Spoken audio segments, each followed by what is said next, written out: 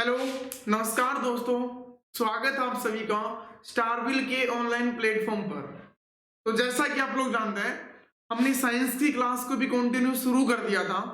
हमारी साइंस की एक क्लास कंप्लीट हो चुकी थी।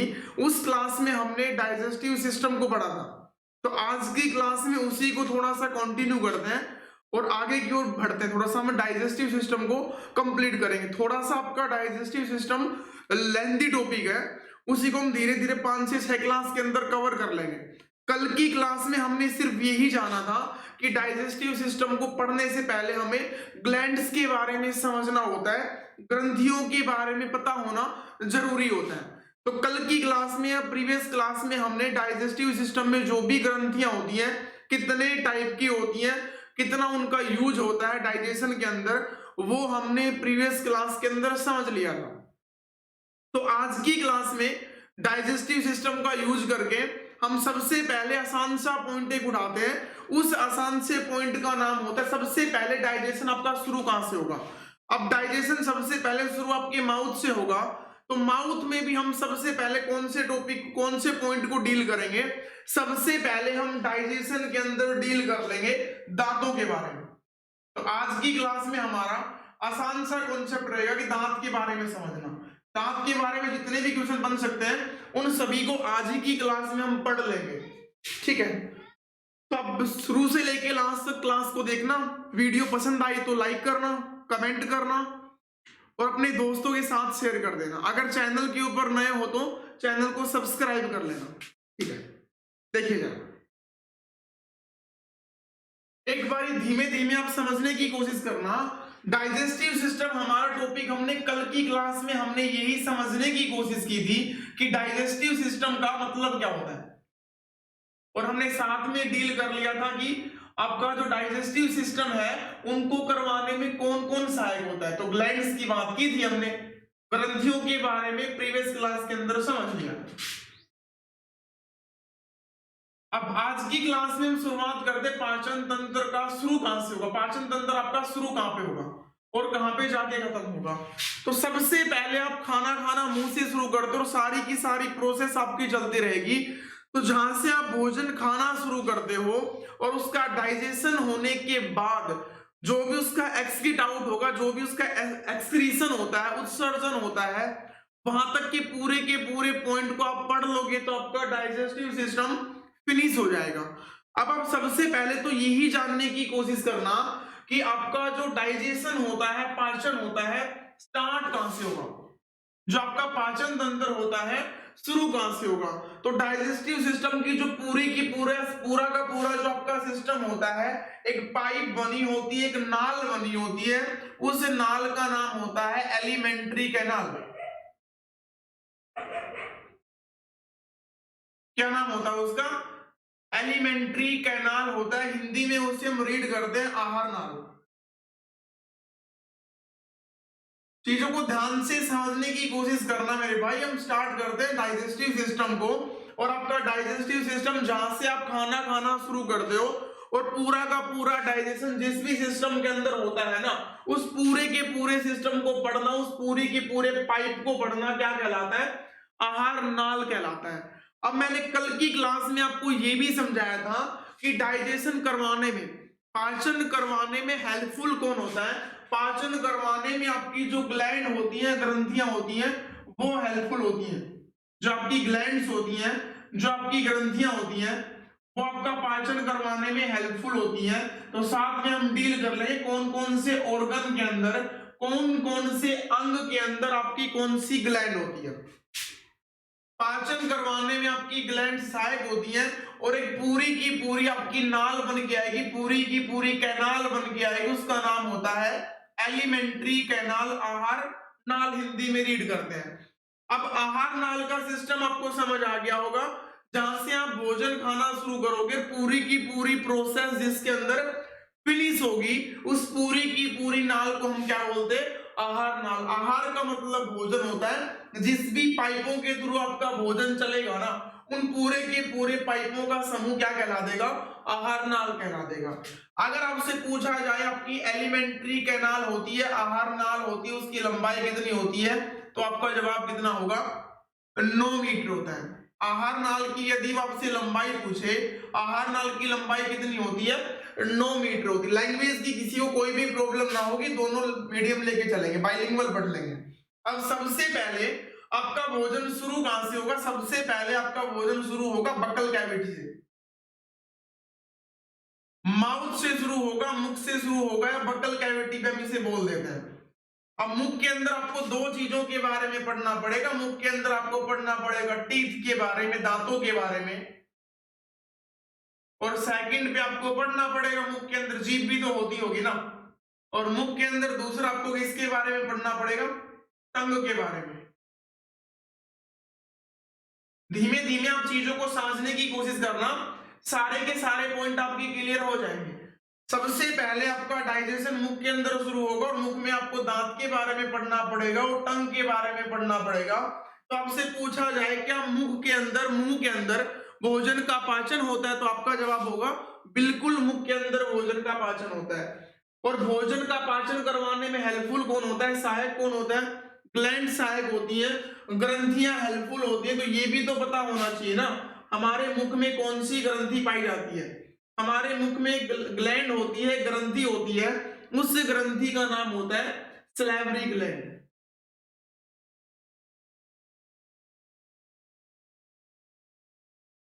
उसका नाम होता है सलाइवरी ग्लैंड। हिंदी में उसे हम बोलते हैं लारीय ग्रंथि, सलाइवा जो बनाती है। एक बार ये चीजों को ध्यान से समझने की कोशिश करना, क्या मुख के अंदर भोजन का पाचन होता है? आपका जवाब होगा बिल्कुल, मुख के अंदर भोजन का पाचन होगा। तो पाचन करवाने में कौन चीज हेल्पफुल होती है? पाचन करवाने में जो ग्लैंड्स होती हैं, ग्रंथियां होती है, वही भोजन का पाचन करवाती है। तो मुख के अंदर कौन सी ग्रंथि होती है जो भोजन का पाचन करवाएगी? तो आपका फाइनल जवाब क्या होगा? लारीय ग्रंथि होता है। नंबर 2 पर मुख के अंदर भोजन का पाचन होने के बाद जो आपका मुख का भोजन होता है किसमें ट्रांसफर होगा? अब जो आपका मुख का भोजन होता है वो सीधा कहां पे ट्रांसफर होगा? पेट में जाएगा। लेकिन पेट में किसके थ्रू जाएगा? अब मुख को और पेट को जोड़ने में एक पाइप होती है, उस पाइप का नाम होता है, जो भोजन ले जाने वाली पाइप होती है, उस पाइप का नाम होता है भोजन नली होता है, फूड पाइप होता है। साइंस में हम उसे बोलते हैं ईसोफेगस। उसे हम क्या बोलते हैं? ईसोफेगस बोलते हैं। हिंदी में उसे रीड करते हैं भोजन नली। जो पाइप भोजन को मुख का भोजन पेट में लेके जाती है, एक पाइप के थ्रू आपका भोजन जाएगा, उस पाइप का नाम होता है ईसोफेगस होता है, भोजन नली होता है। तो आपसे पूछा जाए क्या भोजन नली के अंदर भोजन का पाचन होगा? हाँ जी, भोजन नली के अंदर बिल्कुल भी भोजन का पाचन नहीं होगा। यदि भोजन नली के अंदर भोजन का पाचन नहीं होगा तो क्या भोजन नली के अंदर ग्रंथियां पाई जाएंगी? अगर भोजन का पाचन नहीं होगा तो ग्रंथियों का काम ही क्या होगा? वहां पे नहीं पाई जाती। अब जो आपकी भोजन नली होती है वो मुख के भोजन को सीधा कहां पे ट्रांसफर कर देगी? पेट में ट्रांसफर कर देगी। तो नंबर 3 पे हमें भोजन को कहां पे पढ़ना पड़ेगा? नंबर 3 पे हमें भोजन को पेट में पढ़ना पड़ेगा, स्टोमक के अंदर पढ़ना पड़ेगा। समझ पा रहे होगे ना सारे के सारे? नंबर 3 पे हमें भोजन को स्टोमक के अंदर पढ़ना पड़ेगा, पेट के अंदर भोजन को पढ़ना पड़ेगा। पेट को जठर के नाम से भी जानते हैं, पेट को स्टोमक के नाम से भी जानते हैं, और पेट को स्टोमक के नाम से जानते हैं, पेट के नाम से भी जानते हैं, और जठर के नाम से भी जानते हैं, और अमाशय के नाम से भी जानते हैं। ये सारे एक ही नाम होते हैं। जहां पे अमाशय की बात करें तो भी वो पेट की बात कर रहा है, पेट का मतलब तो पेट ही होता है, और स्टोमक का मतलब भी पेट ही होता है, और जठर का मतलब भी क्या होता है? पेट ही होता है। अब आपका भोजन पेट के अंदर पहुंच गया तो दिमाग के अंदर एक क्वेश्चन बनेगा, अगर आपका मुख का भोजन पेट के अंदर पहुंच गया तो क्या पेट के अंदर भोजन का पाचन होगा? अगर पेट के अंदर भोजन का पाचन होगा तो करवाएगा कौन? ग्लैंड्स करवाएगी। तो कौन सी ग्लैंड पाचन करवाएगी? तो सबसे पहले तो आपको पता होना चाहिए, आपके पेट के अंदर यदि भोजन पहुंच गया तो पेट के अंदर भोजन का पाचन होगा। अगर पेट के अंदर भोजन का पाचन होगा तो पाचन करवाएगी कौन सी ग्रंथि? लिख लो, उस ग्रंथि का नाम होता है गैस्ट्रिक ग्लैंड। क्या नाम होता है? गैस्ट्रिक ग्लैंड होता है, जिसका हिंदी में नाम होता है जठर ग्रंथि। उसका हिंदी में नाम क्या होता है? जठर ग्रंथि होता है। अगर आपसे पूछा जाए कि जबकि सलाइवरी ग्लैंड होती है, लारीय ग्रंथि होती है, किसमें प्रेजेंट होती है? मुख के अंदर होती है, माउथ के अंदर पाई जाती है। अगर आपसे पूछा जाए क्या भोजन नली के अंदर कोई ग्रंथि होती है, आपका जवाब होगा नहीं होती है। भोजन नली का भोजन सीधा किसमें ट्रांसफर होगा? पेट के अंदर ट्रांसफर होगा। तो क्या पेट के अंदर भोजन का पाचन होगा? बिल्कुल पेट के अंदर क्या होगा? भोजन का पाचन होगा। तो पाचन करवाता कौन है? ग्लैंड्स करवाती है, ग्रंथियां करवाती हैं। तो हमारे पेट में कौन सी ग्रंथि होती है? गैस्ट्रिक ग्लैंड होती है, जठर ग्रंथि होती है। अब जरा चीजों को ध्यान से समझने की कोशिश करना। पेट के अंदर यदि जठर ग्रंथि भोजन का पाचन करवा देगी तो नंबर 4 पे पेट का भोजन सीधा किसमें ट्रांसफर होगा? नंबर 4 पे आपका भोजन ट्रांसफर होगा स्मॉल इंटेस्टाइन में। जरा चीजों को ध्यान से समझने की कोशिश करना। स्मॉल इंटेस्टाइन का मतलब होता है, स्मॉल का मतलब छोटा होता है और इंटेस्टाइन का मतलब क्या होता है? आंत होता है। अब पेट का भोजन सीधा आपका ट्रांसफर होगा छोटी आंत में, तो जवाब आपका यही होगा। चलो पेट का भोजन तो आपका छोटी आंत के अंदर पहुंच गया। क्या छोटी आंत के अंदर भोजन का पाचन होगा? बिल्कुल। छोटी आंत के अंदर क्या होगा? भोजन का पाचन होगा। तो भोजन का पाचन करवाएगा कौन? ग्रंथि करवाएगी। तो ये बताओ ना, छोटी आंत के अंदर भोजन का पाचन तो होगा, लेकिन कौन सी ग्रंथि करवाएगी? छोटी आंत के अंदर आपकी दो ग्रंथि प्रेजेंट होती है। पहली ग्रंथि का तो नाम होता है आपका लीवर। समझाया होगा ना कि लीवर हमारे शरीर की सबसे बड़ी बहिस्रावी ग्लैंड होती है, सबसे बड़ी बहिस्रावी ग्रंथि होती है। अगर दूसरे नंबर पे पूछा जाए दूसरी कौन सी ग्रंथि आपकी पेट के अंदर, आपकी छोटी आंत के अंदर प्रेजेंट होगी, तो उस दूसरी ग्रंथि का नाम होता है पेनक्रियाज। पेनक्रियाज का मतलब क्या होता है? अग्नाशय होता है। पेनक्रियाज का मतलब क्या होता है? अग्नाशय होता है। चीजों को समझना एक बारी। अगर आपसे पूछा जाए लीवर हमारे शरीर की सबसे बड़ी बहिस्रावी ग्रंथि होती है, लोकेशन कहां पे होती है? छोटी आंत के अंदर होती है। अमाशय हमारे शरीर की सबसे अमाशय हमारे शरीर की एकमात्र मिश्रित ग्रंथि होती है, उसकी लोकेशन भी कहां पे होती है? स्मॉल इंटेस्टाइन में होती है, छोटी आंत के अंदर होती है। इतना ही विजिबल है। अब इनको रब कर दे एक बार, इसके बाद हम ऊपर लिखते हैं थोड़ा सा। इतना स्क्रीनशॉट ले लो। इनमें आपको अभी तक क्या ही समझना था? जिस जिस पार्ट के अंदर आपका भोजन चलेगा, जहां से भोजन पचना शुरू होगा और पचने के बाद जो उसका फिसिस बनेगा, मल वगैरह बनेगा, उस पूरी की पूरी नाल को हम क्या बोल देते हैं? आहार नाल बोलते हैं, एलिमेंट्री कैनाल बोलते हैं। अब आहार नाल यदि बोल दिया तो आहार नाल की लंबाई कितनी होती है? आपका जवाब कितना होगा? 9 मीटर होता है। अगर पूछा जाए भोजन का पाचन कौन करवाता है? ग्रंथियां करवाती हैं। अब अगर आपसे पूछा जाए भोजन आप खाना शुरू कहां से करोगे? माउथ से करोगे। अब मुख के अंदर आपको कितनी चीजों के बारे में पढ़ना पड़ेगा? 2 चीजों के बारे में। नंबर 1 पे आपको दांत के बारे में पढ़ना पड़ेगा, नंबर 2 पे आपको टंग जीभ के बारे में पढ़ना पड़ेगा। ठीक है जी। अब मुख के अंदर आप 2 चीज पढ़ोगे। मुख के अंदर यदि भोजन का पाचन होता है तो हमारे मुख में भोजन का पाचन कौन करवाएगा? सैलिवरी ग्लैंड करवा देंगी, लारिये ग्रंथि करवा देंगी। आगे पहुंचो। अब मुख में भोजन पचने के बाद वो भोजन किसमें ट्रांसफर होगा? एक पाइप लगी होती है जो मुख के भोजन को पेट में ट्रांसफर करेगी। अब उस पाइप का नाम क्या होता है? ईसोफेगस होता है, भोजन नली होता है। उस भोजन नली का काम क्या होता है? उस भोजन नली का सिर्फ यही काम होता है, मुख के भोजन को सीधा किस में ट्रांसफर करना? पेट में ट्रांसफर करना। अगर इसका काम ट्रांसफर करना होता है तो क्या भोजन का पाचन आपकी भोजन नली में होगा? बिल्कुल नहीं होगा। अगर बिल्कुल भोजन का पाचन नहीं होगा तो क्या आपकी जो ईसोफेगस होती है उसके अंदर कोई ग्रंथि होगी? बिल्कुल नहीं होगी। इतना समझ आ गया होगा। छोटे छोटे पॉइंट अपने यहीं पर क्लियर करने की कोशिश करना। नंबर 3 पे पेट में भोजन पहुंच गया। पेट को हिंदी में पेट भी बोलते हैं, जठर भी बोलते हैं, अमाशय भी बोलते हैं। अब आपसे पूछा जाए क्या पेट के अंदर भोजन का पाचन होगा? आपका जवाब होगा बिल्कुल पाचन होगा। तो भोजन का पाचन पेट में करवाएगा कौन? ग्रंथि करवाएगी। कौन सी ग्रंथि करवाएगी? गैस्ट्रिक ग्लैंड करवा देगी, जठर ग्रंथि करवा देगी। ठीक है जी। अब पेट का भोजन सीधा किसमें ट्रांसफर होगा? छोटी आंत में होगा, स्मॉल इंटेस्टाइन में होगा। क्या छोटी आंत में भोजन का पाचन होगा? बिल्कुल छोटी आंत में भोजन का पाचन होगा। तो करवाएगा कौन? ग्रंथि करवाएगी। कौन सी ग्रंथि करवाएगी? लीवर भी आपका छोटी आंत में होता है जो भोजन का पाचन करवाता है।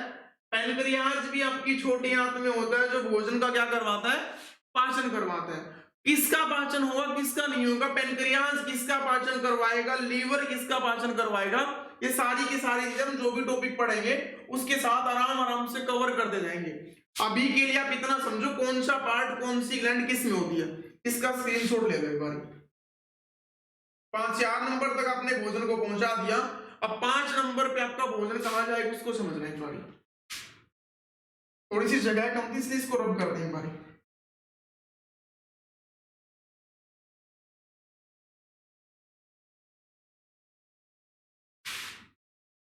देखो 4 नंबर तक आपका कवर हो गया था, 5 नंबर पर आपका भोजन कहां पे पहुंचेगा, नंबर 5 पर आपका भोजन ट्रांसफर होगा स्मॉल इंटेस्टाइन से पहुंचेगा लार्ज इंटेस्टाइन में। कौन सी इंटेस्टाइन में पहुंचेगा, लार्ज इंटेस्टाइन के अंदर आपका भोजन पहुंच जाएगा, जिसको हिंदी में रीड करते हैं बढ़िया। तो चीजों को एक बार ध्यान से समझने की कोशिश करना। छोटी आंत का भोजन सीधा किस में ट्रांसफर होगा, बड़ी आंत के अंदर ट्रांसफर होगा। तो आपसे ये पूछेगा क्या बड़ी आंत के अंदर भोजन का पाचन होता है या नहीं होता, तो आपका सीधा सा जवाब क्या होगा, बड़ी आंत के अंदर भोजन का सिर्फ एब्जॉर्प्शन होता है, अवशोषण होता है, लेकिन बड़ी आंत के अंदर भोजन का पाचन नहीं होता। अगर बड़ी आंत के अंदर भोजन का पाचन नहीं होता तो बड़ी आंत के अंदर कोई ग्रंथि प्रेजेंट होगी, बिल्कुल नहीं होगी। तो पूछा जाए बड़ी आंत में कौन सी ग्रंथि होती है, आपका जवाब क्या होगा, कोई होती नहीं है। अब बड़ी आंत का भोजन सीधा किस में ट्रांसफर होगा, नंबर 6 पे आपका एंस में ट्रांसफर होगा। बड़ी आंत का भोजन सीधा आपका एंस में ट्रांसफर होगा, गुदा में ट्रांसफर होगा, और गुदा से भोजन का पाचन हो चुका होता है, इससे आप एक्सक्रीशन कर दोगे भोजन का, इसमें भी कोई ग्लैंड नहीं पाई जाती। ये पूरा का पूरा 6 नंबर तक की पॉइंट ऑफ आप डील कर लोगे ना, तो आपका कौन सा सिस्टम कंप्लीट हो जाएगा, डाइजेस्टिव सिस्टम आपका कंप्लीट हो जाएगा, पाचन तंत्र आपका कंप्लीट हो जाएगा। और इन सभी ऑर्गन्स को मिला के पूरा का पूरा जो आपका पाचन तंत्र बनेगा उसकी लंबाई कितनी होती है, 9 मीटर होती है ऑन एन एवरेज। समझ पा रहे हो, इसका एक बार स्क्रीनशॉट ले लो, फिर शुरुआत करते हैं एक बार। अब एक एक पॉइंट को अच्छे से पढ़ लेंगे हम, लेकिन ये तो आपको सबसे पहले पता होना चाहिए ना कि पाचन तंत्र में हमें पढ़ना क्या क्या है। जो जो आपके सामने लिखा था पूरा का पूरा सिस्टम आप कंप्लीट कर लोगे ना, तभी आपका कौन सा सिस्टम फिनिश होगा, डाइजेस्टिव सिस्टम होगा। स्क्रीनशॉट ले लो एक बार, फिर रब करते हैं। आज की क्लास का हमारा पॉइंट था मुख के बारे में पढ़ना, और मुख में भी सबसे पहले किसको डील करना था, दांत को पढ़ना था।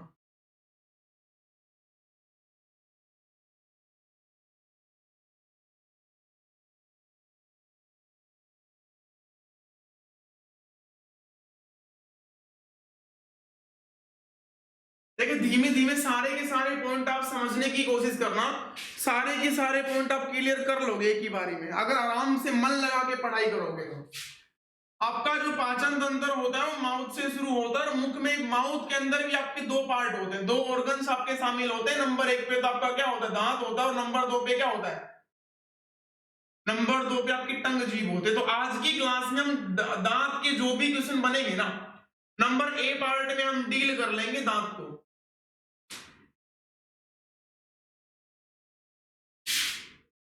दांत के बारे में हम सारी की सारी चीजें यहीं पे कवर करने की कोशिश करेंगे। दांत के जो जो पॉइंट बनेंगे आज की क्लास में सारे के सारे फिनिश हो जाएंगे। इसको एक बार अच्छे से पढ़ लेना, दांत का जो भी क्वेश्चन बनेगा आप सारे के सारे अच्छे से पिक कर पाओगे। देखो समझ लो, दांत आपका मुख का पार्ट होता है, पाचन करवाने में इनका भी तो बहुत बड़ा रोल होता है ना। इनका सीधा सा काम क्या होता है, सबसे पहले आप बड़े बड़े पार्टिकल के अंदर भोजन खाओगे ना, उस बड़े पार्टिकल को छोटे पार्टिकल में कन्वर्ट करने का सबसे पहला काम किसका होता है, टीथ का होता है, दांत का होता है।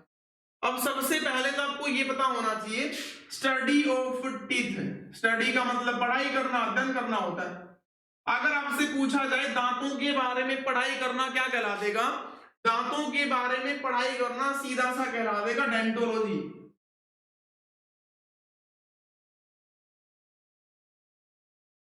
क्या कहला देगा, डेंटोलॉजी कहला देगा, और यहां पे साइलेंट होता है। अगर आपसे सीधा सा यही पूछा जाए कि दांतों के बारे में पढ़ाई करना, तो आपका सीधा जवाब क्या होगा, डेंटोलॉजी होगा। दांतों के बारे में पढ़ाई करना डेंटोलॉजी कहला देगा। दूसरा आपसे वो ये पूछेगा जो दांतों की पढ़ाई करने के बाद डॉक्टर बन जाते हैं उसको हम स्पेशलिस्ट बोलते हैं ना। दांतों की पढ़ाई करने के बाद जो स्पेशलिस्ट बन जाते हैं उन्हें हम डॉक्टर बोलते होंगे, विशेषज्ञ बोलते होंगे। तो जो दांतों का डॉक्टर होता है हम उसे किस नाम से जानेंगे? तो आपका फाइनल जवाब क्या होगा? डेंटोलॉजिस्ट। और दूसरा हम उसे डेंटिस्ट भी बोलते हैं।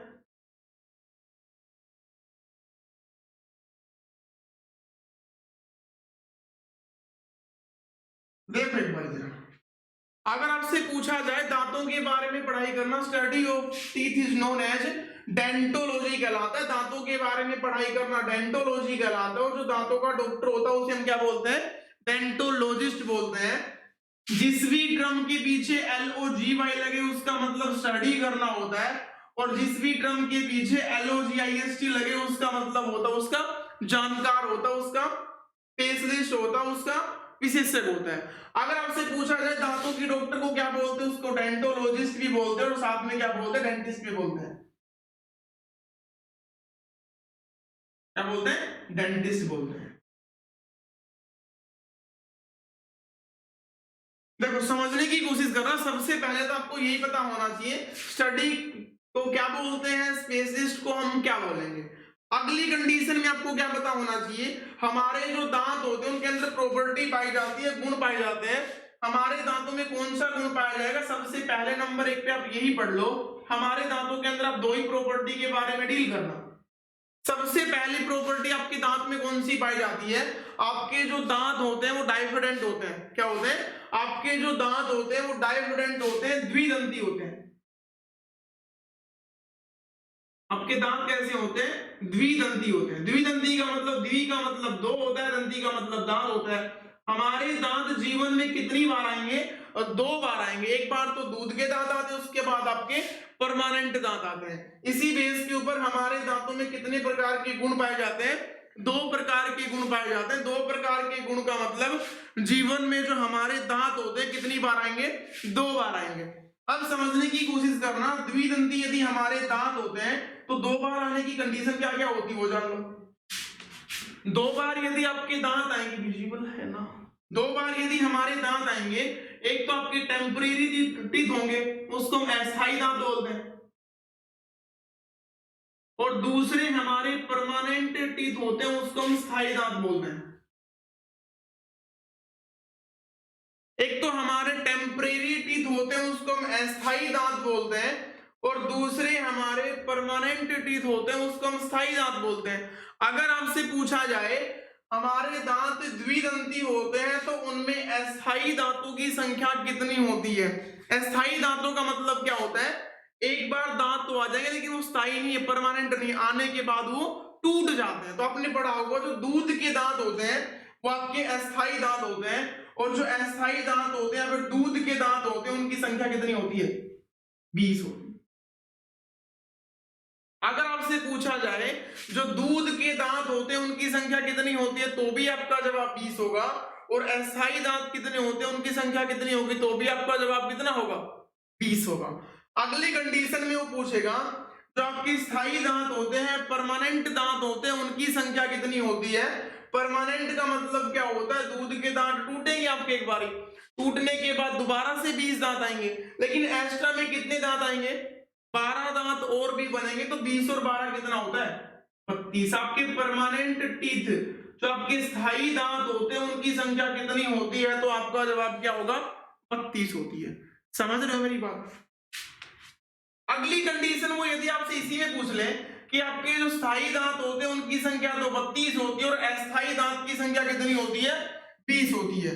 अगर वो थोड़ा सा यही पूछ ले आपसे कि एक बार आने वाले दांतों की संख्या, जीवन में एक बार आने वाले दांतों की संख्या,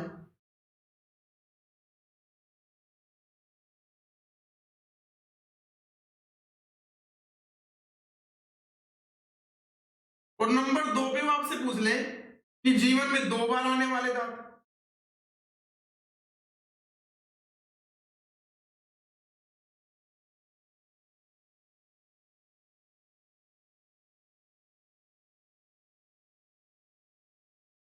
वन टाइम एंड 2 टाइम्स की बात करें तो आपका जवाब क्या होगा? एक बार आने वाले दांतों की संख्या बता दो। एक बार आने का मतलब क्या होता है? आपके पूरे जीवन के अंदर वो एक बार ही आएंगे। अब एक बार आने का मतलब क्या होता है कि एक बार दांत आएंगे, और दो बार आने का मतलब एक बार आएंगे, टूटने के बाद वही दांत दोबारा आएंगे। तो याद करो जरा एक बारी, दो बार आने वाले दांतों का मतलब क्या होता है, एक बार तो आपके 20 दांत निकल के आएंगे, और वही दांत टूटने के बाद दोबारा भी तो 20 आएंगे ना। तो कितने दांत आपके दो बार आते हैं, तो आपका जवाब कितना होगा, 20 दांत होते हैं। अब 20 दांत दोबारा आने के बाद कौन से दांत एक्स्ट्रा में आएंगे, 12 दांत और भी तो आएंगे ना। तो 12 दांत आपके एक बार आए थे, दो बार आए थे, एक ही बार आए थे। तो आपसे पूछा जाए कि एक बार आने वाले दांतों की संख्या कितनी है, तो आपका जवाब कितना होगा, 12। एक बार आने वाले दांतों की संख्या कितनी होगी, 12 होगी। अगर पूछा जाए, चार क्वेश्चन यहां से सीधे सीधे आपको याद क्या करने पड़ेंगे, दूध के दांतों की संख्या कितनी होती है, तो भी आपका जवाब 20 होगा। अस्थायी दांतों की संख्या कितनी होती है, तो भी आपका जवाब 20 होगा। अगर पूछे स्थायी दांतों की संख्या कितनी होती है, तो आपका जवाब कितना होगा, 32 होगा। अगर वो ये पूछे दो बार आने वाले दांतों की संख्या, अस्थायी दांत टूटने के बाद दोबारा से 20 आएंगे ना, तो अस्थायी अगर दो बार आने वाले दांत 20 होते हैं, और एक बार आने वाले दांतों की संख्या कितनी होती है, 12 होती है। अगर वो ये भी पूछ ले आपसे कुल कितने दांत हम जीवन में आते हैं, जीवन में कुल कितने दांत आते हैं, जीवन में कुल कितने दांत आते हैं,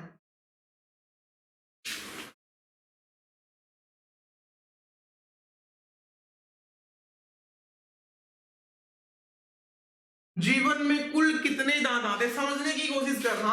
सबसे पहले तो आपके दूध के दांत निकल के आएंगे, जिनको हम अस्थायी दांत बोलते हैं, 20 आएंगे। अब ये 20 दांत आपके टूट जाएंगे, तो दोबारा से 20 तो आएंगे ना, ठीक है। और प्लस में एक्स्ट्रा एक बार आने वाले दांत कितने होते हैं, 12 और आएंगे। तो टोटल आपके दांत कितने आते हैं, 20 20 40, और 12 कितना होता है, 52 दांत आते हैं। तो हमारी बॉडी में टोटल कितने दांत निकल के आएंगे, मुख में टोटल कितने दांत निकल के आएंगे, 52 दांत निकल के आते हैं। कितने दांत निकल के आते हैं, 52 दांत निकल के आते हैं। एक बार तो आपके दूध के आएंगे, और दूध के दांत टूटने के बाद दोबारा से 20 आएंगे, और एक्स्ट्रा में आपके 12 दांत चलेंगे। तो टोटल कितने दांत आते होंगे, 52 दांत आते हैं। सारे के सारे क्वेश्चन इस टाइप का जो भी बनेगा, समझ पा रहे हो ना, पिक कर लोगे इस टाइप के जो भी एग्जाम में पूछे जाएंगे। इनको एक बार ही नोट करो। दांतों के बारे में अभी अपने क्या ही पढ़ा है कि दांतों के बारे में पढ़ाई करना, और दांतों का जो विशेषक होता है, दांतों में पहली प्रॉपर्टी कौन सी होती है, हमारे दांत डाइफिडेंट होते हैं, द्विदंती होते हैं। उनमें कौन कौन से क्वेश्चन बनेंगे, उनको एक बार ही देख लो, आप स्क्रीनशॉट ले लो इसका, फिर थोड़ा सा आगे चलते हैं। आज की क्लास में दांत के ऊपर जो भी क्वेश्चन बनेगा, उन सभी को हम एक ही क्लास में फिनिश करेंगे। स्क्रीनशॉट ले लिया होगा, आगे बढ़ते हैं।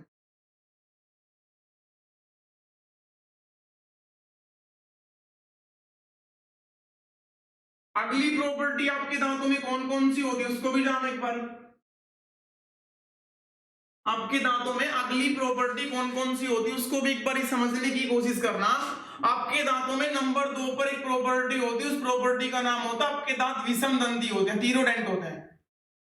आपके दांतों में दूसरी प्रॉपर्टी कौन सी होती है, आपके जो दांत होते हैं वो विषम दंती होते हैं। विषम का मतलब डिफरेंट होता है।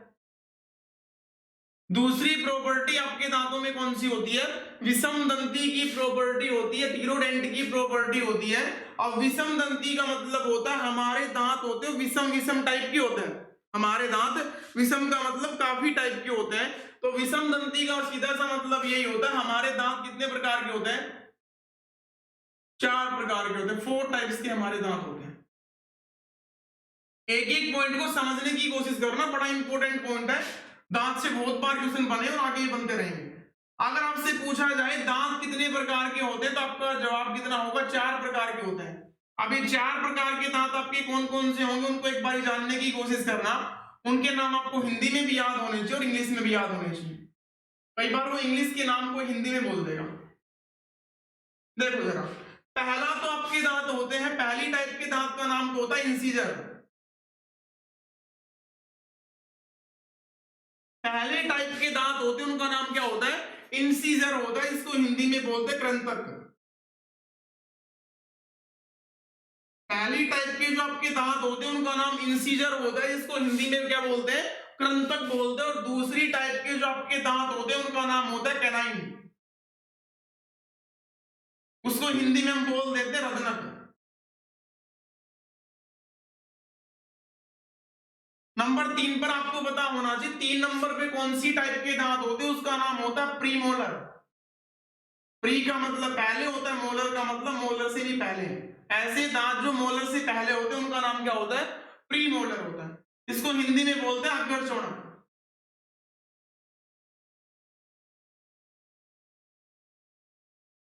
नंबर 4 पर आपसे पूछा जाए 4 नंबर पर आपके कौन से दांत होते हैं, तो आपका जवाब होगा मोलर, जिसको हिंदी में बोलते हैं चौड़क।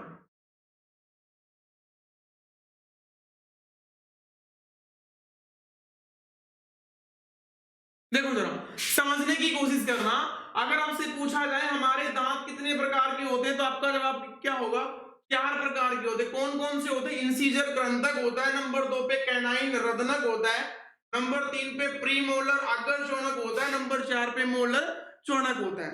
आपसे वो ये भी पूछ लेगा टोटल 32 दांत होते हैं, तो टोटल 32 दांतों के अंदर इंसीजर की संख्या कितनी होती है, कैनाइन कितना होता है, प्रीमोलर कितना होगा और लास्ट में मोलर कितना होगा। तो आपसे पूछने की कोशिश करें कि इंसीजर की संख्या कितनी होती है, तो आपका फाइनल जवाब क्या होगा, 8 होती है। आपके मुख में जो इंसीजर होते हैं उनकी संख्या कितनी होती है, 8 होती है। और जो कैनाइन होते हैं उनकी संख्या कितनी होती है, कैनाइन की संख्या होती है 4। अगेन वो आपसे पूछे प्री मोलर कितना होता है, तो प्री मोलर की संख्या होती है 8 और मोलर की संख्या कितनी होती है, 12 होती है। लास्ट में आपके मोलर टाइप के होते हैं, मोलर टाइप के दांतों की संख्या 12 होती है। तो पहले प्रीमोलर आएगा, उससे जस्ट पहले आपके कैनाइन आएंगे। तो कैनाइन 4 होते हैं, प्रीमोलर 8 होते हैं, 8 और 4 कितना होता है, 12। तो लास्ट में आपके मोलर टाइप के दांत कितने बनेंगे, 12 बनेंगे।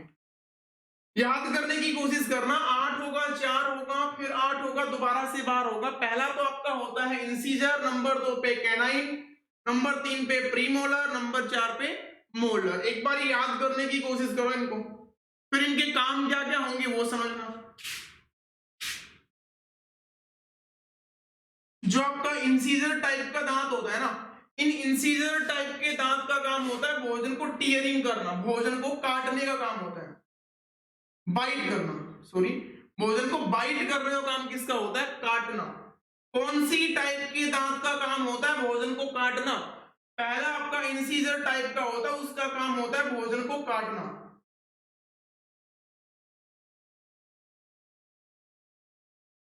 नंबर 2 पे आपसे पूछा जाए, नंबर 2 पे आपके कैनाइन टाइप के होते हैं, इन कैनाइन दांतों का काम क्या होता है, इन कैनाइन का काम होता है भोजन को टीयरिंग करना, भोजन को फाड़ना, पकड़कर ऐसे खींचकर फाड़ने का काम किसका होता है,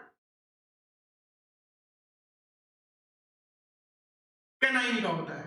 नंबर 3 पे आपको पता होना चाहिए, जो प्रीमोलर आपके होते हैं 8 दांत, जो आपके अग्र चौणक होते हैं 8 दांत, उनका काम क्या होता है, उनका सीधा सा काम क्या होता है, प्रीमोलर का आसान सा काम क्या होगा, भोजन को लार में मिक्स करना,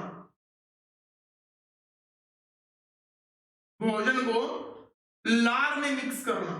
लार का मतलब सलाइवा होता है, भोजन का मतलब फूड होता है, लार में मिलाना।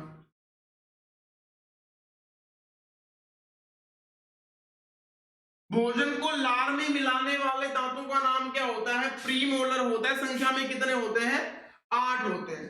अगर हम 4 नंबर पर बात करें, मोलर चौणक की बात करें, तो इन चौणक का काम क्या होता है, भोजन को लार में मिलाने का, भोजन सॉरी इसका काम होता है भोजन को पीसने का काम होता है। जो आपका अग्र चौणक होता है उनका सीधा सा काम होता है भोजन को पीसना, ग्राइंड करने का काम होता है।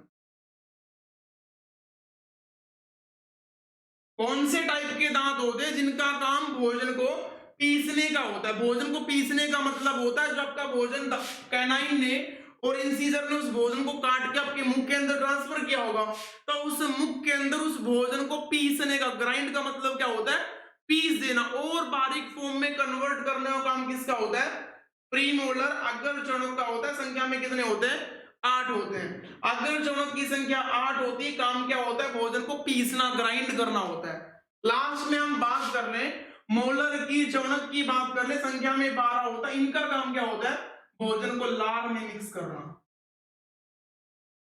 भोजन को लार में मिक्स करना।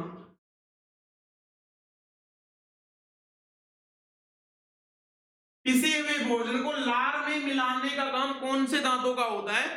पिसे हुए भोजन को लार में मिलाने का काम मोलर चवणक दांतों का होता है। संख्या में कितने होते हैं?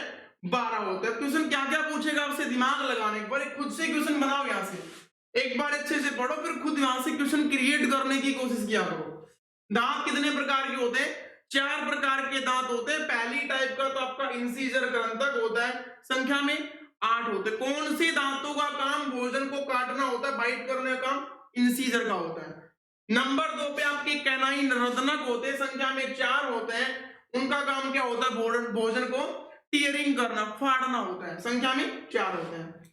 प्रीमोलर की बात कर ले, अग्र चौणक की बात कर ले, संख्या में 8 होते हैं। उनका काम क्या होता है? भोजन को पीस देना होता है, बारीक फॉर्म में कन्वर्ट करने का काम होता है। नंबर 4 पे आपके मोलर टाइप के होंगे, चौणक दांत होंगे, उनकी संख्या तो 12 होगी। काम क्या होगा? भोजन को लार में मिक्स कर देना, उस भोजन को सलाइवा के अंदर मिक्स कर देना और बारीक फॉर्म में हो जाएगा। और सलाइवा आपकी ग्रंथि होती है बहिस्रावी, और बहिस्रावी ग्रंथियों का काम होता है भोजन को पचा देना। तो आपका भोजन लार में मिलने के बाद ही तो बचेगा ना, तो किसमें मिलने के बाद बचेगा? वो चौणक फॉर्म में मिक्स होने के बाद भोजन आपका पचना शुरू हो जाएगा। इतना एक बार स्क्रीनशॉट ले लो, उम्मीद करता हूं सभी को समझ आ गया होगा अच्छे से। अब देखो टोटल दांतों की संख्या कितनी होती है? एडल्ट के अंदर आपके जो टोटल दांत होते हैं उनकी संख्या कितनी होती है? 32 होती है। अब अगर वो आपसे पूछे कि जो आपके मिल्क टीथ होते हैं, जो आपके दूध के दांत होते हैं, दूध के दांत शिशु के अंदर होंगे, बच्चों में होंगे मिल्क टीथ। चाइल्ड की बात कर ले, बच्चों के अंदर जो दूध के दांत होते हैं, उन दूध के दांतों की संख्या कितनी होती है? अभी आपने पढ़ा था, दूध के दांतों की संख्या कितनी होती है? दूध के दांतों की संख्या आपकी 20 होती है। तो 20 आपके दूध के दांत होते हैं, कौन कौन से वो जानने की कोशिश करना। अगर आपसे पूछे इंसीजर कितने होते हैं दूध के दांतों में? 8 ही होते, कोई फर्क नहीं पड़ता इनका। अगर आपसे पूछे कैनाइन की संख्या कितनी होती है दूध के दांतों में? कैनाइन भी आपके 4 ही होते हैं, इनका भी कोई फर्क नहीं होता। नंबर 3 पे आपसे पूछा जाए आपके जो प्रीमोलर होते हैं, जो आपके अग्र चौनक होते हैं, उनकी संख्या कितनी होती है दूध के दांतों में? एक भी नहीं होता, 0 होता है।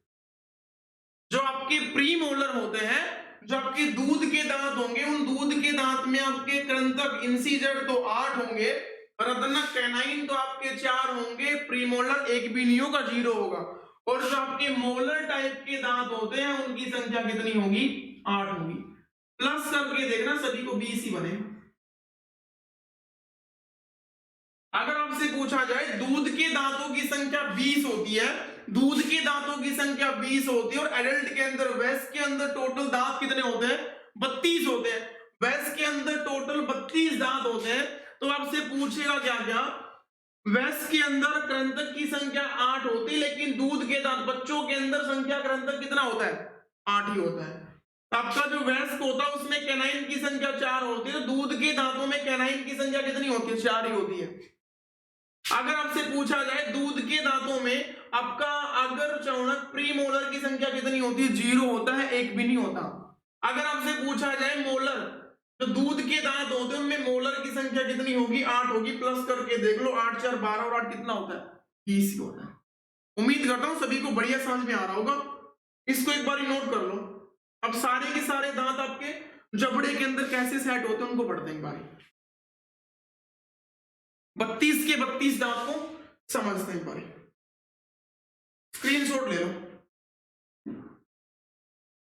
चलिए बढ़ते हैं आगे।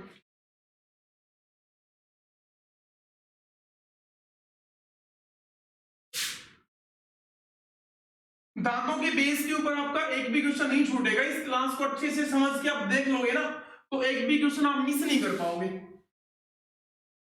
देखो समझो, आपके जो होते हैं जबड़े होते हैं उनकी संख्या कितनी होती है? 2 ही तो जबड़े होते हैं। अब एक तो आपका अपर जो होता है, एक आपका लोअर जो होता है। एक तो आपका ऊपर वाला जबड़ा होता है और दूसरा आपका नीचे वाला जबड़ा होगा।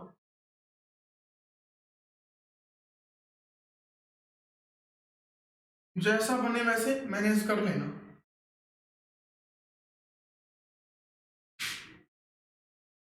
बेकार सा बन गया।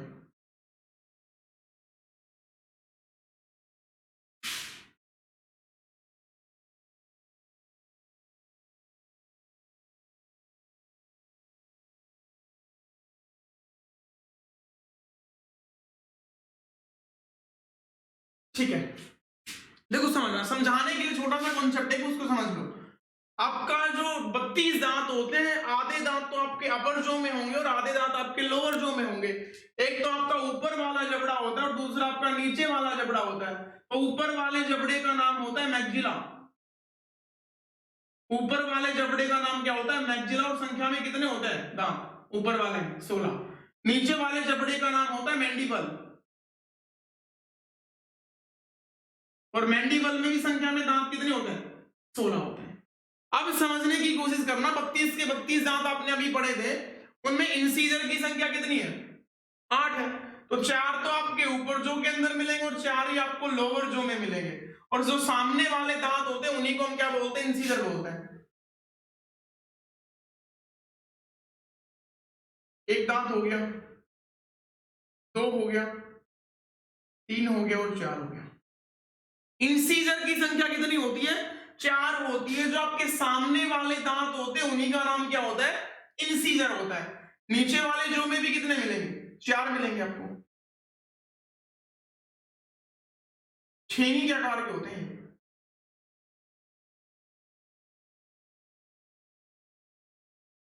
जो आपके इंसीजर वाले दांत होते हैं ना, वो भोजन को काटने का काम करते हैं। भोजन को काटने का काम आपके इंसीजर टाइप के करते हैं।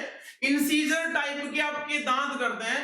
इन दांतों का 4 दांत तो आपके ऊपर जो के अंदर मैक्सिला में होंगे और 4 ही दांत आपके मैंडिबल के अंदर होंगे। 4 ही दांत आपके मैंडिबल के अंदर होंगे। इनका सीधा सा काम होता है भोजन को काट देना। भोजन को काटने का काम आपके इंसीजर का होता है। इसको हम कृंतक बोलते हैं। कृंतक बोलते हैं। समझ आ गया होगा? 4 और 4 आपके 8 दांत तो कंप्लीट हो गए। उसके बाद हम बात कर लेते कैनाइन की। कैनाइन की संख्या कितनी होती है? 4 होती है। तो ऊपर वाले जो में 2 होंगे और नीचे वाले जो में भी कितने होंगे? 2 होंगे। साइड में मिलेंगे आपको ऐसे। ये होते हैं आपके छेनी के आकार के।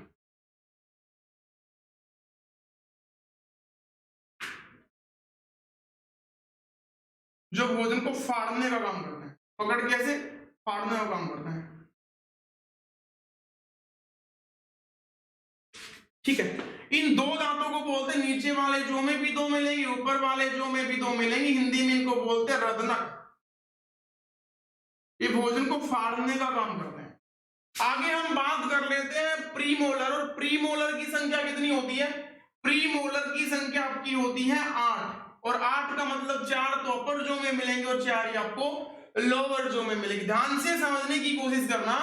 4 ऊपर वाले में मिलेंगे, 4 आपको नीचे वाले में मिलेंगे। तो 2 तो आपको लेफ्ट में मिलेंगे और 2 ही आपको राइट में मिलेंगे। ये बस जस्ट एक समझाने का कॉन्सेप्ट है, बाकी ऐसा कोई इसका रूल है नहीं।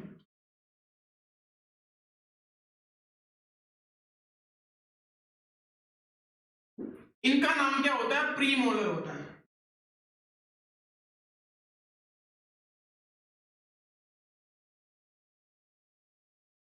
आगर चौणक होता है।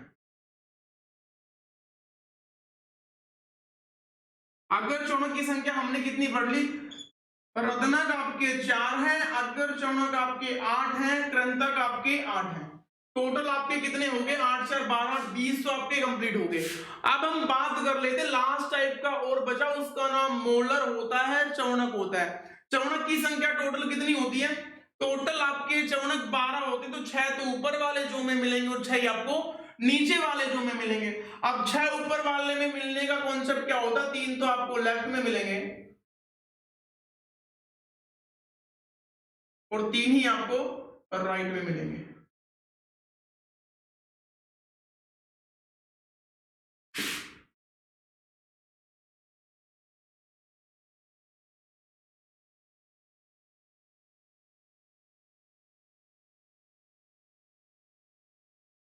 और 3 ही आपको लोअर जो के अंदर मिलेंगे।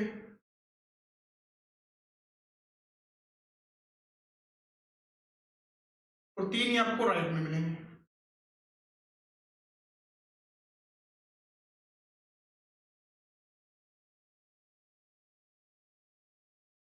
काउंट करो एक बार। 3 आपके यहाँ पे है और 3 आपके यहाँ पे। 6 और 6 ही आपके निचले जो में है। तो टोटल कितने हो गए? 12 हो गए। और इन दांतों का नाम क्या था? चौणक। ध्यान से समझ के पढ़ोगे तो मेरे भाई सारे के सारे कॉन्सेप्ट आपको सारे के सारे दांत यहीं पर याद हो जाएंगे। चौणक की संख्या कितनी होती है? 12 होती है। चौणक की संख्या 12 होती है, कृंतक की संख्या 8 होती है, रदनक की संख्या 4 होती है और अग्र चौणक की संख्या 8 होती है। और टोटल मिला के आपके दांत कितने बनेंगे? 32 बन जाएंगे। फालतू फालतू जबड़े हटा दो यहां से, हाथ की बात अभी तो।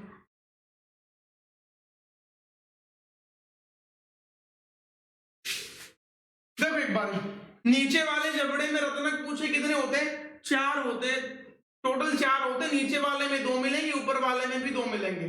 कृंतक की संख्या टोटल 8 होती है, ऊपर वाले जबड़े में आपको 4 मिलेगी, नीचे वाले जबड़े में भी कितनी मिलेगी? 4 मिलेगी। कौन से दांतों को स्माइली टीथ के नाम से जानते हैं?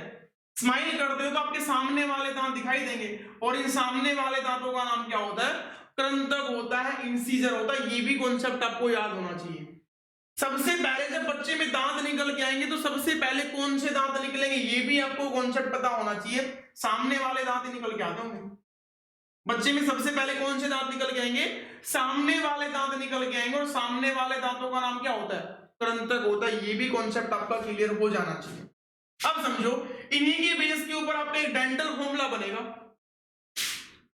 जिसको हम दंत सूत्र बोलते हैं। कौन सा फॉर्मूला बनेगा? डेंटल फॉर्मूला बनेगा, जिसे हम हिंदी में दंत सूत्र बोलते हैं। अभी डेंटल फॉर्मूला क्या होता है समझने की कोशिश करना। एक तो आपका परमानेंट बनेगा और दूसरा आपका टेम्परेरी बनेगा। एक तो चाइल्ड का, बच्चों का बनेगा, दूसरा आपका वयस्क एडल्ट का बनेगा।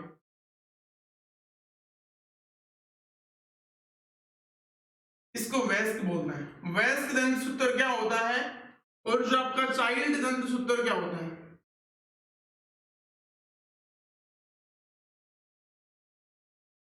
समझने की कोशिश करना।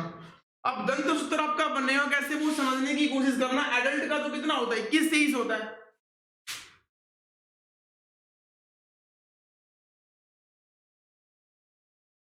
और जो आपका चाइल्ड का होता है वो कितना होता है? 21-02 होता है। समझने की कोशिश करना। 21-23 का मतलब क्या होता है, कहां से बन के आ गया, और 21-02 का मतलब क्या होता है?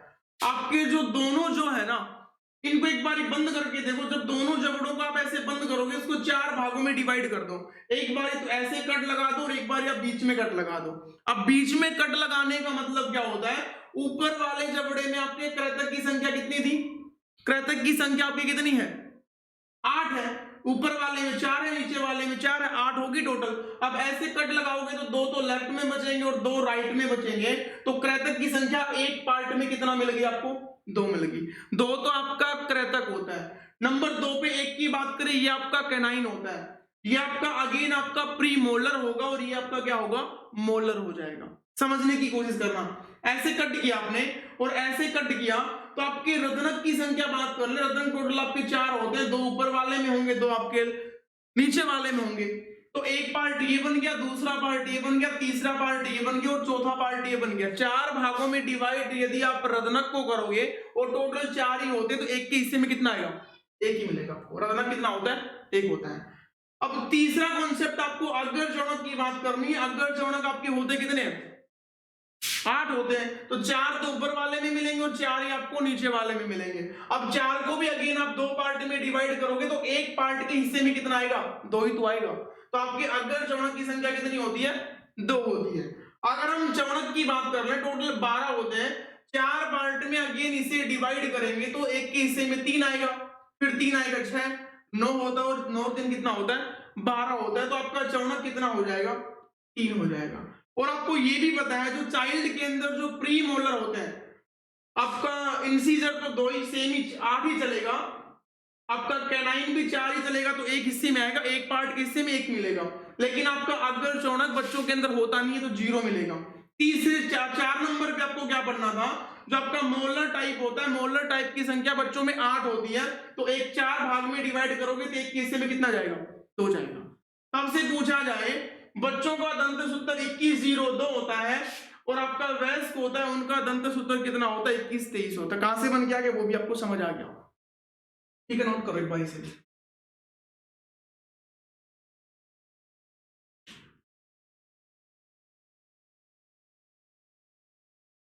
देखो समझो,